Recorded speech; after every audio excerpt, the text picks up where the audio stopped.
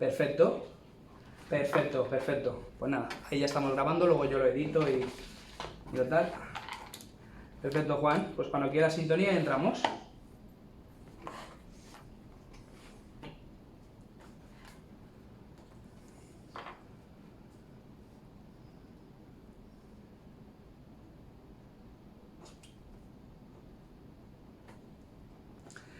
Muy buenas tardes, están escuchando Conversaciones, tercer capítulo de este espacio de todos los lunes. Les habla Raúl Arenas, Conversaciones en Es Radio 97.1. Decirles que el espacio de hoy, mañana, lo podrán escuchar en redifusión a la 1:30 de la tarde con motivo del Día de Todos los Santos. Bien, esta semana tenemos a otro ilustre ciudadano de las Islas Baleares que ha tenido múltiples cargos políticos y que también me gustaría decir que este servidor tuvo ocasión de entrevistarle en esta casa, en Es Radio, hace 2 años, en un serial de conversaciones en Navidades, y ahora pues tengo ocasión nuevamente en este programa que lleva ese nombre, Conversaciones. Bien, como les decía, él tuvo múltiples cargos políticos, por citarle algunos destacados. Fue diputado autonómico, fue conseller, fue presidente del Consejo Insular de Menorca. Previamente había sido vicepresidente del gobierno balear y luego pues fue presidente nada más y nada menos que del Parlamento de las Islas Baleares. Un histórico militante del Partido Popular de Baleares, gran columnista y gran opinador, que lo pueden leer en algunos medios. Él es Joan Huguet. Señor Huguet, buenas tardes y bienvenido. Buenas tardes, bien hallado, y estoy muy contento y satisfecho que aún te hayas recordado de este pobre servidor. Por favor, un honor que haya aceptado esta invitación y sea usted el protagonista de este tercer capítulo de Conversaciones en Radio 97.1. Señor Huguet, la política actual considera que está muy devaluada a la política de aquellos años 80, 90, donde usted fue ese ilustre diputado autonómico, fue conseller, fue presidente del Parlamento Balear. ¿Considera que hay mucha brecha en cuanto a nivel cultural, en cuanto al fondo, en cuanto al talante, a las formas? Vamos a ver, yo soy una persona que no me gusta establecer comparaciones nostálgicas y decir que todo tiempo pasado fue mejor.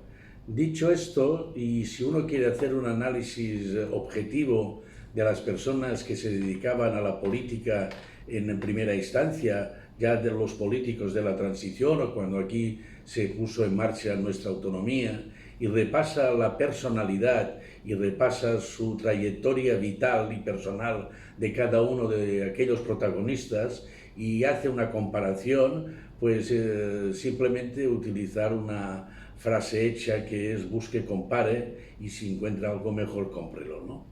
Entonces yo creo que la política se ha devaluado tanto que hoy no estamos en una democracia. Hoy estamos instalados en una partitocracia de obediencia absoluta y que por lo tanto lo que dice el líder es palabra de ley, es dogma y es incuestionable. Por lo tanto, la actitud crítica que debe tener todo ciudadano frente a las situaciones que está viviendo, esto se ha eliminado. Y se ha instalado el o estás conmigo o estás contra mí, primero incluso internamente y después indiscutiblemente de puertas afuera en las distintas formaciones políticas. Yo creo que antes había un debate civilizado, un debate racional, un debate de estudio, y lo que habían eran adversarios políticos y contrastabas con los adversarios políticos. Hoy este debate no se produce. Hoy tú ves muchas veces que los parlamentarios, no me estoy refiriendo a los autonómicos, en carácter general, la gran mayoría, salvo honrosas excepciones, que también las hay, de haberlas, haylas, salen ya con el papel escrito.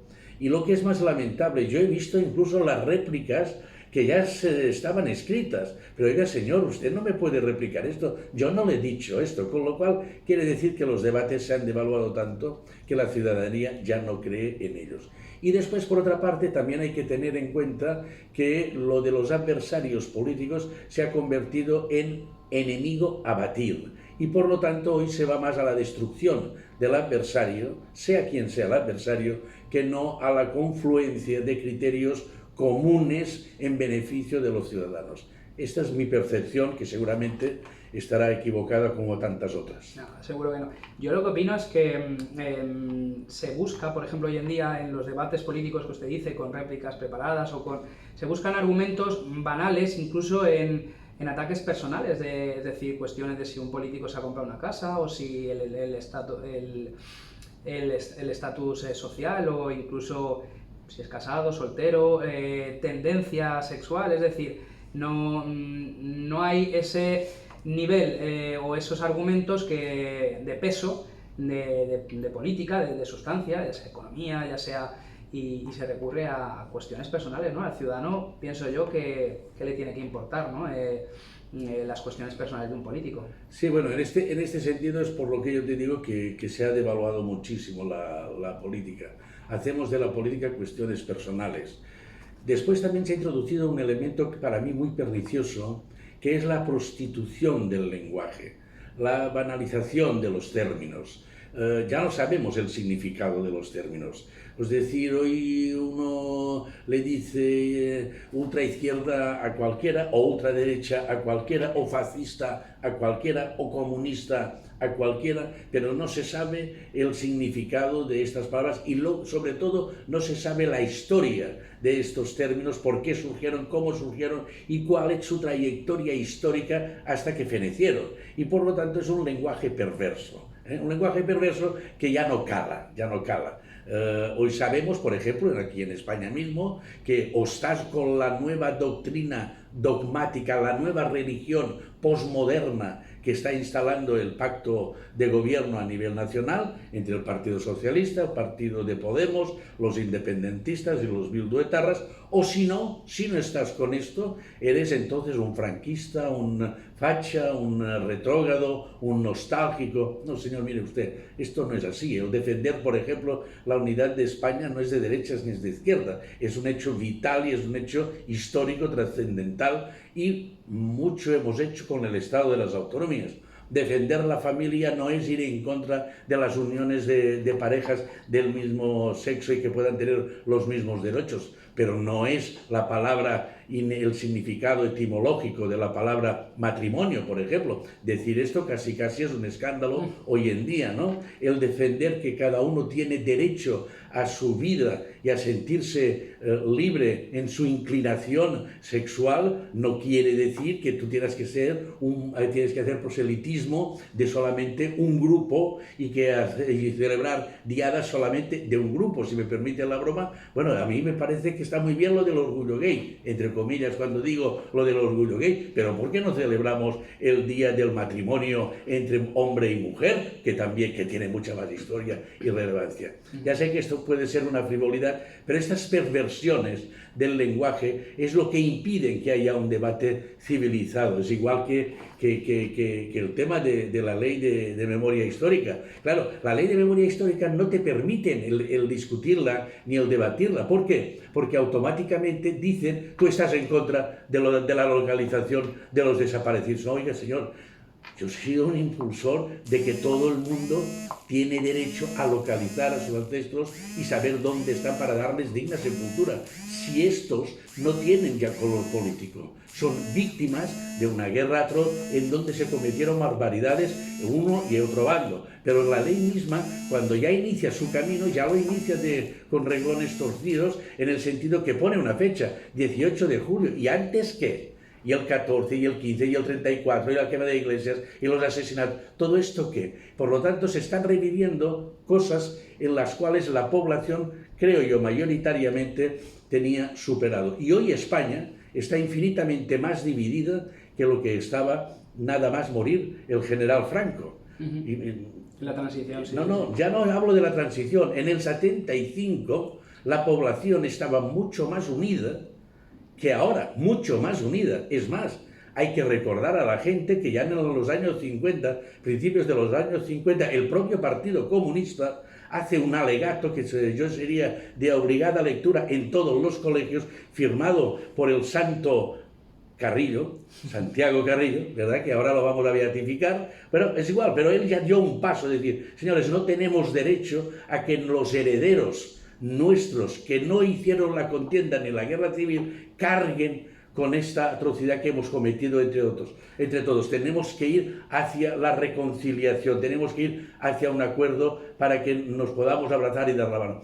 No son estas palabras tal como yo las digo, pero ahí está el texto para quien lo quiera leer y quien lo quiera visualizar. Ahí están las memorias del propio don Manuel Azaña, ahí están la visión de la Segunda República vista por una republicana como es Clara Campoamor, ahí está lo de Nogal, ahí están tantas y tantos testimonios.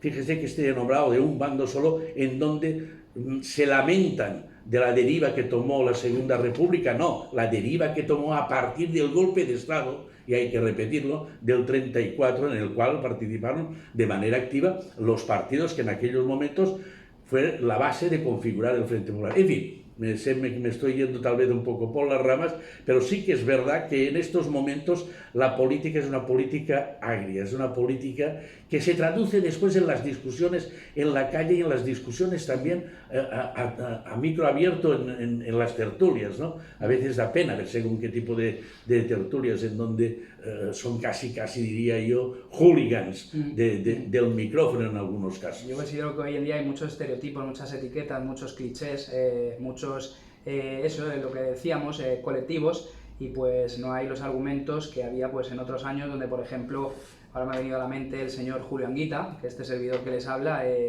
probablemente esté en las antípodas ideológicas, pero pues era un señor que con sus pensamientos, sus postulados, pero daba argumentos y tenía un talante, una elegancia. Incluso si situáramos en una silla a Julio Anguita y enfrente, por ejemplo, a Blas Piñar, polos totalmente opuestos, seguramente sería una discusión de mucho más sustento, ¿verdad?, que si ponemos a Pedro Sánchez o a... Estoy convencido que sería una discusión de alto nivel. Fíjese. Que es muy distinto a decir una discusión de alto voltaje. Fíjese. Y hoy en día se producen discusiones de alto voltaje que terminan no solamente en chispas, sino en incendios. Y las discusiones de alto nivel lo que producen es reflexión, mucha reflexión, porque las discusiones de alto nivel implica que tú te tengas que poner al menos al nivel del interlocutor que tienes delante, porque sabes positivamente que algo vas a aprender de esta discusión y viceversa. Hoy ya no. Hoy yo ya tengo uno delante, este es mi enemigo, tengo que argumentar y lo que diga él me importa tres pitos. Esto es lo que no puede ser. Hablemos un poquito ahora, si le parece, de las Baleares. Hay un pacto de gobierno, la señora Armengol, con sus socios podemitas y demás. ¿Qué carencias principales ve usted a este Ejecutivo para que pueda salir, o que debiera salir las urnas ahora en mayo? ¿Qué carencias le ve usted al pacto? Bueno, vamos a ver, yo más que carencias al pacto, le digo que la solidez de este pacto es la debilidad de la oposición. Sé que es duro, pero es lo que pienso y lo digo. ¿Por qué digo esto? Hay que tener en este caso también memoria, y no nos podemos centrar en 3 o 4 hechos puntuales. Recuérdese que en el primer gobierno de Francina Armengol fue un gobierno en donde había varias cabezas. El PSM tenía personalidad propia dentro del Ejecutivo y tenía a Miel Barceló, que era el vicepresidente y que de vez en cuando alzaba su voz, y por lo tanto había diferentes voces en este gobierno. Ahora no. Ahora todo el mundo tiene claro quién gobierna en Baleares. Gobierna la señora Francina Armengol. ¿Alguien se acuerda de quién es Podemos y qué hace Podemos en el gobierno? ¿Alguien se acuerda de quién es el PSM? Yo siempre digo el PSM, porque eran mis hermanos, digamos, adversarios en el principio de la andadura política ya por el año 83. ¿Quién está del PSM? ¿Alguien sabe quién? El PSM de Sebastián Serra. Efectivamente, Sebastián Serra, y de Damià Puig, que después se pasó al Partido Socialista, o de Ramón Orfila, el de Menorca, o de López Casasnovas, fíjese usted a quién les estoy nombrando, ¿no? O de Toni Alorda, si me apura un poco, ¿eh? O de Eduard Riudavets. Ahora no, ahora el PSM está. ¿Por qué? Bueno, como diría el famoso entrenador Puque, pues porque en estos momentos prima más el regate corto y el hacer todo lo posible para que no me quiten ni la silla ni la moqueta. Entonces la Francina Armengol se ha consolidado como presidente. Dicho esto, yo creo que en estos momentos el partido, y si lo hace repliego velas, como se dice, el partido lo tiene que hacer oposición junto con alternativa. Mire, señora Armengol, nosotros no estamos de acuerdo en esto, esto y esto, porque creemos que esto va a perjudicar a la ciudadanía por tal cuestión, tal otra y tal otra. Y en base a ello, nosotros tenemos este proyecto, este programa, que se lo proponemos, se lo regalamos. No le vamos a pedir copyright. Cambie usted de política y haga estas resoluciones. Si esto se hace y no tiene la trascendencia mediática que tiene que tener, no lo fíes todo a las redes sociales. ¿Por qué no? Porque se está demostrando que no se puede fiar todo de las redes sociales. Haz de apostolado, haz de franciscano, vete parroquia a parroquia, pueblo a pueblo, barriada a barriada, centro a centro, a explicarles lo que tú quieres hacer. Yo recuerdo que en un principio, allá en el año 83 también, en la primera legislatura y segunda legislatura, cuando asumimos el gobierno, esto fue una habilidad del señor Cañellas, dice, vamos a ver cuáles son las necesidades de los pueblos que tiene en Mallorca. Dice, y nadie conoce mejor las necesidades de los pueblos que los que viven en el pueblo, ¿eh? ¿Esto cómo se hace hoy en día? Se pide un estudio demoscópico, una tal, un no sé qué, y crear una auditoría. No. Nosotros visitamos todos los... Uno a uno, nos reuníamos con la gente, ¿qué es lo que necesitáis? Necesitamos un PAC, necesitamos que nos arreglen tal cosa. Y a partir de ahí se hizo un proyecto de mejora de infraestructuras municipales, ¿eh? Esto ahora ya no se hace ni se puede hacer, porque las necesidades más o menos están cubiertas. Por lo tanto, y con esto termino, yo creo que, querramos o no querramos, Francina Armengol ha tenido tres suertes. La primera, de vivir a una comunidad y ser la presidenta de una comunidad como es las Islas Baleares, que con gobierno o sin gobierno hubiera tenido exactamente igual la misma temporada turística, hubiera tenido los mismos datos económicos, hubiera tenido la misma tasa de empleo y hubiera tenido las mismas necesidades de mejora de infraestructura. Por lo tanto, tiene la suerte de vivir en esta comunidad, que todos los datos que se dan en estos momentos les son favorables si los comparas con el resto de España. Y esto hay que saberlo hacer. Si no haces este ejercicio, ya no importa que continúes, porque ya tienes la batalla perdida. Primera cuestión. Segunda cuestión. Francina Armengol lo que ha tenido es que en estos momentos ha sabido capitalizar toda la acción del gobierno en su persona. Nadie duda que ella es la líder del gobierno de izquierdas, nadie lo duda. Nadie duda que ella no va a tener ningún problema a la hora de conformar un nuevo gobierno si los otros no sacan una mayoría suficiente para gobernar. A partir de ahí, ¿qué es lo que tiene que hacer el Partido Popular y los partidos de centro-derecha? Pues quitarse los complejos de encima. Es decir, yo no soy el mismo partido que es Vox, y Vox es decir, yo no soy el mismo partido que es el Partido Popular, tenemos muchísimas coincidencias, yo voy a luchar por tener la mayoría suficiente para gobernar por mis propios medios como hizo Ayuso, y lo voy a intentar hasta el final, pero no me caerán los anillos si no lo consigo. Y con el equipo que está a mi derecha, conformo mayoría absoluta, formar gobierno. Y con esto, porque si no, llegaremos a leer, ¿y usted con quién va a pactar? ¿Y usted qué va a hacer?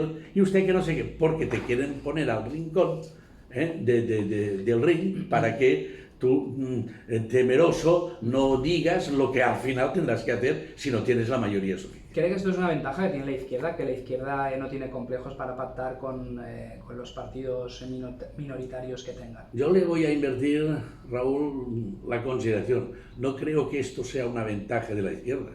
Es que esto es la desventaja complejada del centro derecha. Es decir, ¿por qué sale hoy Pedro Sánchez abriendo pecho sin ningún tipo de rubor? Dice que él está defendiendo la democracia, que está defendiendo la unidad, que está defendiendo...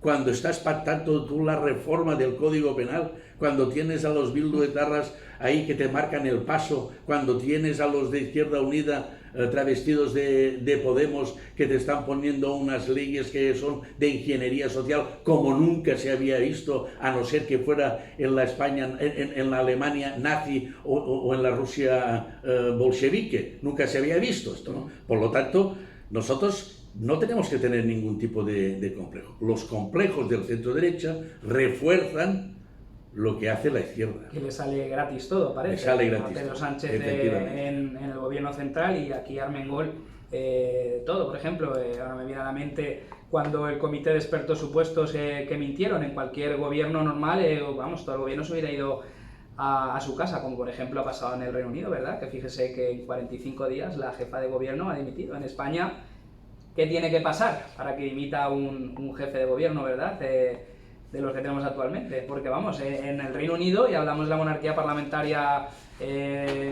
más antigua, más consolidada de Europa, ha durado 45 días la jefa de gobierno, y aquí, vamos, en España parece que ¿qué tiene que hacer para que un político dimita y se vaya? Hombre, primero lo que tienen que hacer es que todos los políticos tengan credibilidad. Porque claro, a mí que me pida la dimisión uno de izquierdas, o que me pida la dimisión uno de derechas, es decir, usted tuvo esto y esto y no lo hizo y ahora me lo eche a mí. ¿De qué va usted? Por lo tanto, lo primero que hay que hacer es recobrar la credibilidad de la acción política. Volver a convertir la política en vocación. La política es un sacerdocio, en este caso seglar o laico si tú quieres, pero tiene que ser vocacional.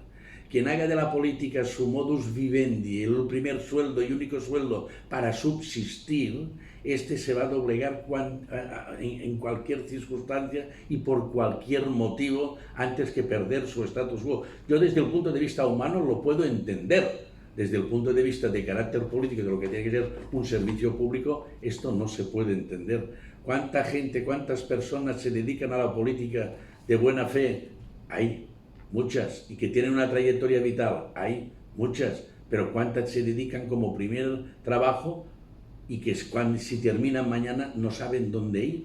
Esto también es triste. Por lo tanto, yo creo que la dignificación de la política pasa primero en hacer un examen de conciencia por parte de todos los políticos, no de los políticos, por parte de los partidos políticos, de las cúpulas de los partidos políticos, para ser capaces de buscar a los mejores para dirigir los destinos, ya sea de un municipio, ya sea de una comunidad o ya sea a nivel de España. Pero el problema ¿cuál es? Oye, que si yo cojo a este tal vez me va a quitar el sitio a mí. Este es el gran problema. ¿Cree entonces que sería más conveniente para el futuro de la nación tecnócratas, gobiernos de tecnócratas, o que los partidos ficharan independientes, gente sobresaliente de sus distintos ámbitos profesionales? No, yo lo que creo es que los partidos políticos deberían afrontar lo que es una reforma profunda de la ley electoral, que la última palabra la tuviera la población de manera directa, que le presentaras unas listas abiertas con los nombres que tú quieras y que el propio ciudadano pudiera seleccionar a aquellos que él estime más convenientes y oportunos. Yo no creo en la operación italiana de Mario Draghi, por ejemplo, ¿no? Que usted se tiene que presentar a las elecciones. Yo no creo en esto. La política es la participación de las personas, de la gente, de la ciudadanía, que delega en otras personas el poder dirigir los destinos del pueblo, de la comunidad o a nivel nacional. Lo que pasa es que no ocurre esto. A ti te dan una lista cerrada que la han configurado dentro de un despacho los dirigentes de turno en un momento determinado, y entonces lo que tú procuras para ir a la lista es caer bien a la dirección. Seamos claros, seamos sinceros. Es decir, y decir esto no es ningún escándalo. Alguien me puede decir, ¿y tú qué hacías cuando eras presidente del Partido Popular en Menorca o de Baleares? También practiqué esto, efectivamente, y hago mi penitencia y hago acto de contrición. Sí que puedo al menos constatar o contrastar quiénes fueron los candidatos de los cuales yo fui responsable a la hora de confeccionar las candidaturas en el caso de Menorca, y cómo estamos ahora a nivel de todos los partidos políticos, ¿no? Por lo tanto, yo creo que lo primero que hay que hacer es abrir puertas, abrir ventanas, que entre aire fresco, que las candidaturas sean participativas. No te estoy diciendo yo de primarias y tal, que también son, pero que sí que sean muy participativas y que no se hagan en función de filias y fobias en despachos y en concreto del dirigente o dirigentes de turno. Yo creo que ahora el Partido Popular tiene un dirigente que escucha mucho, escucha quiénes son los que tienen el poder base, por una razón muy sencilla, porque él ha gestionado y porque él ha sido presidente de una comunidad autónoma y sabe lo que se cuece en cada uno de los territorios, y sabe que la forma de pensar en Galicia o en Baleares y tal, en los problemas concretados en cada una de las comunidades, es distinto una de la otra, pero que en el conjunto tiene que haber una unidad de criterio y de pensamiento. ¿Es optimista usted en que se vaya Sánchez de la Moncloa el año que viene, se generales en diciembre y bueno, ya Armengol más pronto en mayo, que son las autonómicas? Bueno, mire, Sánchez al menos ha demostrado una cosa, que es un corredor de fondo. que no le importa que le digan lo que le digan, él tiene una hoja de ruta que se dice ahora de manera muy cursi y la está siguiendo. Caiga quien caiga y tenga que pasar por encima de quien tenga que pasar. Nadie hubiera dicho los cambios que hizo en el gobierno cuando se produjeron los cambios del gobierno. O sea, los 3 hombres fuertes que había ahí desaparecieron de la noche a la mañana por un resultado electoral. No se dijo, pero esto fue así. Incluso el Iván Redondo, que parecía que era el tótem de lo que fue, de todo lo que fue la trayectoria de Pedro Sánchez, dice, tú a mí no me tienes que pagar nada, cuando yo te haga presidente del gobierno me vas a colocar de secretario de Estado de presidencia, y así fue, y se recorrieron en España, y le hizo todo el diseño. Iván Redondo, que también, para quien no lo sepa, fue el que diseñó la campaña de Obiols y fue el que diseñó la campaña del presidente de Extremadura, de Monagas. El Partido Popular antes efectivamente. Por lo tanto, Sánchez es un corredor de fondo, Sánchez no tiene escrúpulos, pasará por encima de quien tenga que pasar, pero él, si puede, mantendrá el machito para continuar 4 años más. Y además él tiene una ventaja sobre el resto. Y es que el resto tiene tanto, digamos, animadversión, por no decir otra palabra más dura, hacia Vox y hacia el Partido Popular, que aunque tenga que taparse la nariz para volver a votar a Sánchez o investirlo presidente, si el centro derecha no saca la mayoría absoluta, no lo dudéis que se volverá a pactar con Bildu, y si le exigen entrar en el gobierno, entrará con Podemos, con los independentistas, etc.